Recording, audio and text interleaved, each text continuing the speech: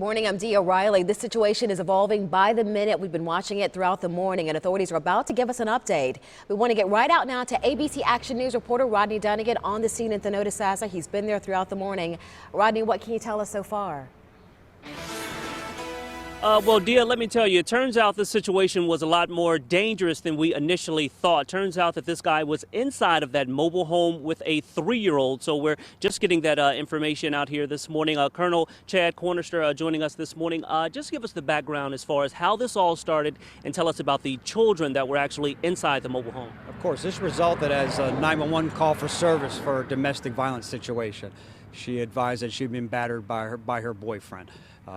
He allowed her to leave, wouldn't allow her to take her children. She got in the car, was trying to escape, at which time he took a metal tool and threw it, broke out the back window of the car, unfortunately not striking her. Threw another one, broke out the back window of her car, again, fortunately not striking her. She was able to call 911. We arrived on scene, immediately started negotiations trying to get him to release the children. He released the 10-year-old, refused to come out, and refused to release the 3-year-old, unfortunately.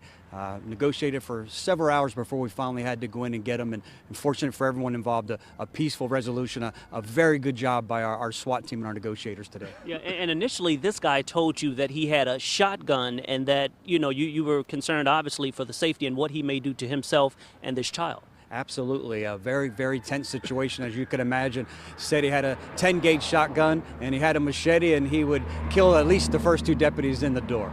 And you said when you guys tried to get in initially, you said he had barricaded an entertainment unit kind of in front of you guys. He did, as we attempted to make this stealth entrance because we saw him asleep on the couch, saw the child asleep, tried to go in. Our SWAT team couldn't get down the hallway because he used an entertainment center to barricade the hallway, and then also used the couch to barricade the front door. So it certainly created some obstacles for us to go in and retrieve that child safely and then take him into custody. And obviously this all started 1:30 this morning. For you all, how does it feel knowing that you were able to end this peacefully with no one being hurt? This is why our SWAT team and our negotiators train as much as they do. So absolutely, as you're saying, best case scenario for everyone. Whenever we can get that child safely back to their mother and take him into custody. Unfortunately, he was being resistive.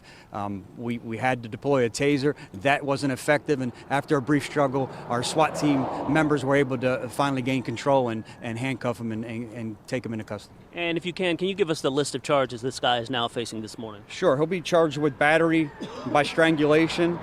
He'll be charged with throwing a deadly missile into an occupied vehicle, criminal mischief, child abuse for putting that child's life in danger, and then also by also depriving a victim of a means of call 911. So 5 felony charges. And I think of note here is that in May, up in Pasco County, he was charged with domestic violence on the same victim. Wow, so this guy definitely has a history. Well, thank you very much, Colonel. Glad it worked out the way it did. Thank you so much. And guys, as you heard, this all could have turned out a lot worse. Thankfully, those 2 children, along with their mother, safe and sound this morning. Reporting live in Thonotosassa, Rodney Dunnigan, back to you.